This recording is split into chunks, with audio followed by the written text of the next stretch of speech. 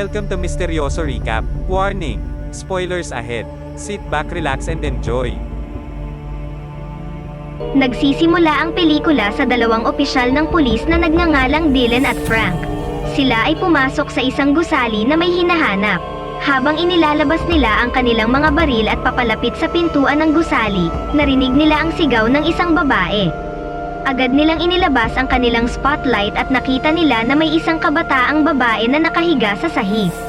Nagpatuloy sila upang masusing suriin ang gusali, ngunit biglang sumulpot ang isang lalaking nakasuot ng maskara at agad na inatake si Dylan. Isang labanan ang naganap sa pagitan ng dalawa at nabugbog ni Dylan ang lalaki hanggang sa bumagsak ito sa sahig. Matapos ito ay nakita ni Dylan si Frank na nasa sahig din at agad na tumawag ng backup. Habang ginagawa niya ito ay muli siyang inatake ng lalaki. Sa pagkakataong ito ay napatay ni Dylan ang lalaki. Nag-iba ang eksena at nakikita natin na kasama ni Dylan ang kanyang asawa na nagngangalang Brenner Baker. Ang mag-asawa ay papunta sa isang lugar para mag-hiking. Ilang sandali pa ay sumabay ang isang lalaki habang nagmamaneho.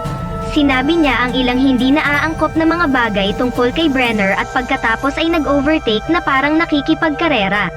Pagkaraan ng ilang sandali ay huminto sila sa isang restaurant upang magpahinga.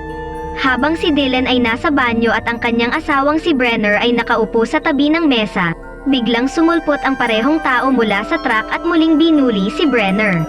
Sa pagkakataong ito ay sobrang lapit na siya sa kanya. Ang pangalan niya ay Butch, at siya ay isang bully. Habang sinasabi niya ang maruruming salita sa babae, lumabas si Dylan mula sa banyo at nagpalitan sila ng salita. Bago pa ito mawala ng kontrol ay isang matandang babae ang pumagitna sa dalawa at pinaghiwalay sila.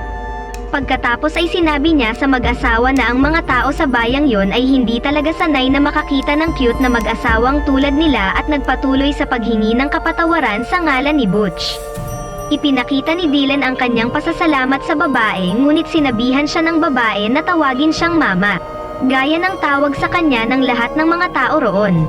Pagkatapos kumain sa restaurant na yun ay nagpatuloy sa biyahe ang mag-asawa at nakahanap ng magandang lugar sa pagitan ng kakahuyan upang doon mamalagi para sa gabi.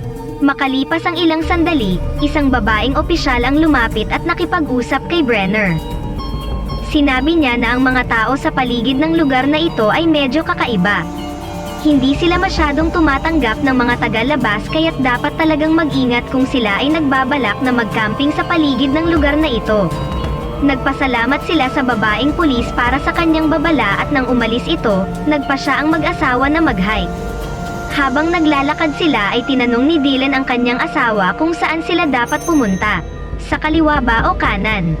Sinabi sa kanya ni Brenner na dapat silang pumunta sa kaliwa at habang naglalakad sila sa direksyong yon ay biglang umulan. Nakita nila ang isang kubo doon at nagpa siyang pumasok sa loob upang hintayin ang pagtigil ng ulan. Dahil lumamig ang panahon ay nagkaroon ang dalawa ng ilang romantikong sandali. At pagkatapos ay nagsimulang tumingin si Brenner sa paligid. Nang pumunta siya sa isa pang silid ay nakakita siya ng isang lihim na kompartamento at nang binuksan niya ito ay nagulat siya nang nakita niya ang maraming sandata sa loob. Pagkatapos ay agad niyang tinawag si Dylan at sinabi sa kanya na tingnan kung ano ang naroon. Nataranta rin si Dylan at napagdesisyonan nilang umalis kaagad. Nang paalis na ang mag-asawa, biglang dumating si Butch mula sa likuran at hinampas sila gamit ang kanyang baril. Ang mag-asawa ay nawala ng malay at pagkatapos ay itinali sila sa isang silid. Si Butch ay nagpatuloy sa brutal na pagpapahirap kay Dylan. Habang pinapahirapan siya ay nakikita ito ng kanyang asawa kaya't pinahihirapan din nila ito sa kanyang isipan. Pagkatapos ay lumapit ang isa sa kasamahan ni Butch at sinabi sa kanya na ang lalaking pinapahirapan nila ay isang pulis. Nagulat si Butch sa nalaman at pagkatapos ay pumasok siya sa loob.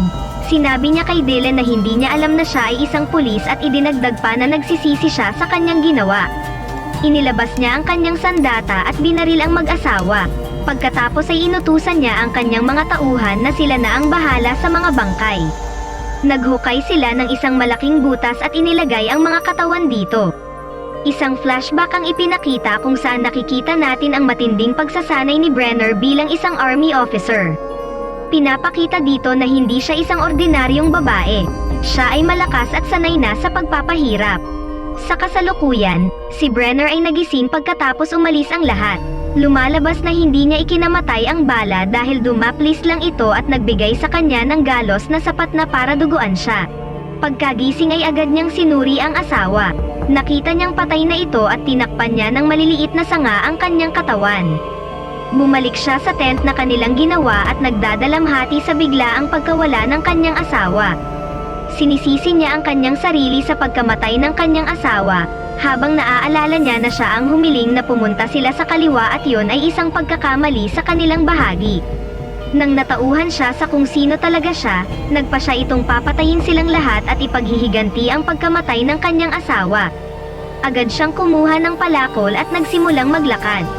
Samantala, bumalik si Butch sa kinaroroonan ni Mama at binubuli ang isang dalaga. Hinawakan siya ni Butch mula sa likuran at hinalikan na labag sa kanyang kalooban. Ang lahat ng tao na naroon ay natatakot kay Butch at sa kanyang mga tauhan. Nabunyag na sila pala ang kumidnap sa mga babaeng yon at ginagamit nila sa kahit anong gustuhin nila. Pagdating ni Mama sa harap nila ay sinabihan si Butch na kumain ng mabilis dahil may trabaho ito para sa kanya. Samantala, nagpatuloy si Brenner na gumawa ng napakatalim na sandata mula sa kahoy at pinatay kaagad ang isa sa mga kasamahan ni Butch.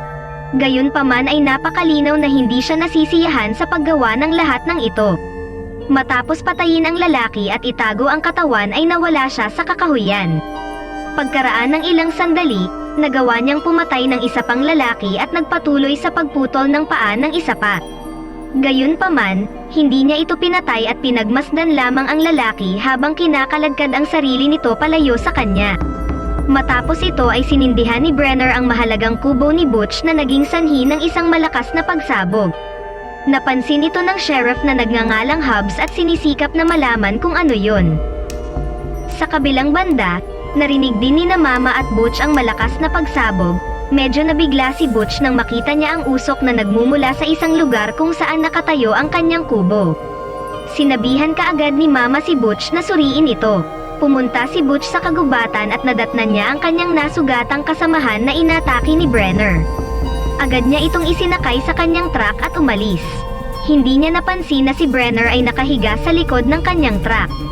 Nang makabalik si Butch kay Mama, ipinahayag sa kanya ang masamang balita na nagsasabi na ang ilan sa kanilang mga tauhan ay napatay.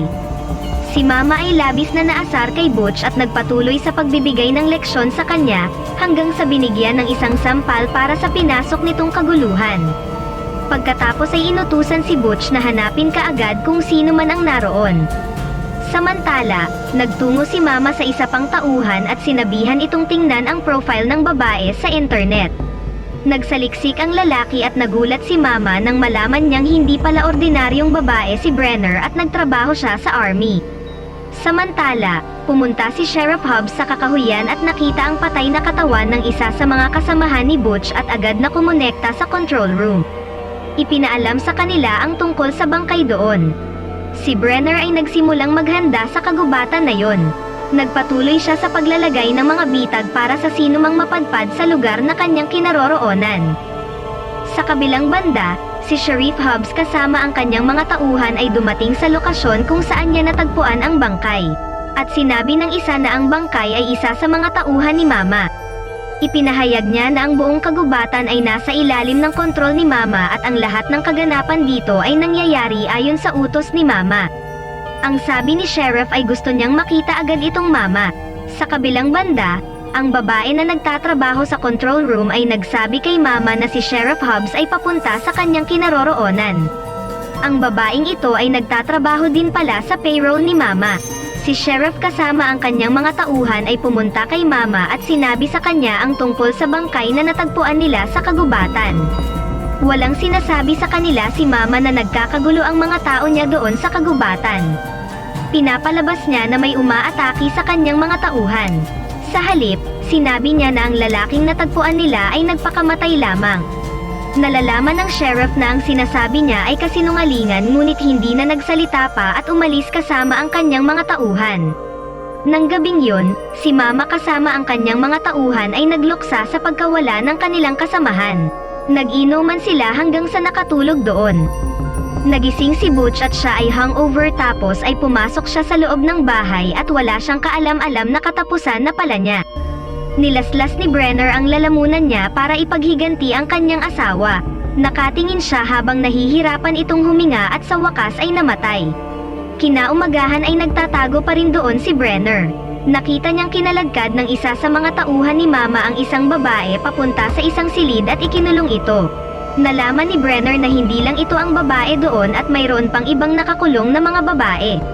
Masama ang pakiramdam ni Brenner para sa mga kawawang babae at nagpa siya na tulungan silang makaalis doon. Nagawa niyang makapasok sa silid na yon at pinalaya ang mga babae. Ang iba ay labis na natakot na umalis doon kaya't napasigaw ang isa na nag-alerto sa isang armadong lalaki at nagsimulang mamaril. Ang isa sa kanila ay tinamaan at namatay bago ipinakita ni Brenner ang kanyang walang kapantay na mga kasanayan at pinatay ang lalaking yun. Pagkatapos ay pumunta si Brenner sa kagubatan kasama ang isang babae na nagngangalang Emily. Sa kabilang banda, nalaman ni Mama ang tungkol sa pagkamatay ni Butch at ang pagtakas ng mga babae. Laking gulat ni Mama nang malaman niya ang tungkol sa pagkamatay ng kanyang paboritong tauhan. Sinabi niya sa kanyang mga natitirang tauhan na hanapin ang babae doon at dalhin ito sa harap niya. Balik sa kagubatan, ang isa sa mga tauhan ni Mama ay nakarating sa kinaroroonan ni Brenner ngunit siya ay napatay sa pamamagitan ng bitag na ginawa ni Brenner. Sumulpot ang isa pa at binaril agad siya ni Brenner.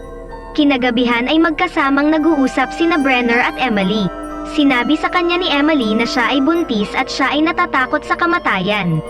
Alam niyang tutugisin siya ni Mama at alam ng Diyos kung ano ang gagawin nito sa kanya, ngunit tiniyak ni Brenner na poprotektahan siya. Sa kabilang banda, ang espesyal na tauhan ni Mama na nagngangalang Hank ay pumunta sa kagubatan kasama ang kanyang mga aso upang hanapin si Brenner. Kinaumagahan, nahuli nila si Emily ngunit dumating si Brenner sa tamang oras at pinatay sila. Samantala, nakarating din doon si Sheriff Hobbs ngunit binaril siya sa binti ng isa sa mga kasamahan ni Hank. Kasunod nito ay namataan ni Brenner ang lalaki at pinatay ito. Pagkatapos ay tinulungan ni Brenner at Emily si Sheriff Hobbs papunta sa isang ligtas na lugar. Sinabi ni Brenner kay Sheriff na kakailanganin nilang gambalain sila kung hindi ay patuloy silang magpapakita sa parehong lugar at mas mahihirapan silang harapin ang mga ito. Pagkatapos ay nagpasya sila na lisanin ang lugar ngayon din. Naglalakad sina Emily at Brenner sa tabi ng batis at napunta sa babaeng opisyal na nagbabala kay Brenner at sa kanyang asawa tungkol sa lugar. Humingi sila ng tulong sa kanya at sinabihan silang sumakay sa kanyang sasakyan. Labis silang napagod kaya't nakatulog agad sila. Gayunpaman, paggising nila ay napalibutan sila ni Mama at ng kanyang mga tauhan.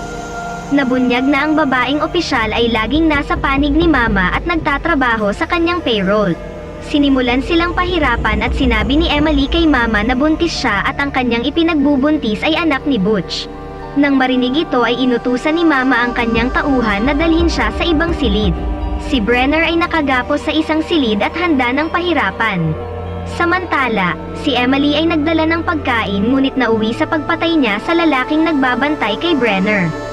Pagkatapos ay agad niyang kinalas ang pagkakatali sa kanya. Nang makawala si Brenner, agad siyang sumugod sa silid kung saan naroroon ang mga tauhan ni Mama at nagsimula ang labanan. Inisa-isa silang pinatay ni Brenner. Kasunod nito, tinutukan ni Mama ng kutsilyo sa leeg si Emily at hiniling kay Brenner na ibaba ang kanyang sandata. Ilang sandali, biglang inatake ng isang lalaki si Brenner mula sa likuran at kasabay nito ay nilaslas ni Mama ang lalamunan ni Emily tapos ay tumakas. Pinatay ni Brenner ang lalaking yun ngunit sa oras na makarating siya kay Emily ay patay na ang kawawang babae. Pagkaraan ng 3 buwan, nakikita natin na si Mama ay nakaupo sa kanyang hardin nang makatanggap siya ng mensahe na nagsasabing, araw na ng paghuhukom. Pagkatapos ay binaril si Mama sa ulo at nakita natin si Brenner na nakacamouflage sa kagubatan. Umalis si Brenner sa lugar pagkatapos niyang ipaghiganti ang kanyang pinakamamahal na asawa. Kung nagustuhan ninyo ang kwento na ito ay huwag kalimutang mag-subscribe para sa iba pang video na gaya nito. Maraming salamat po.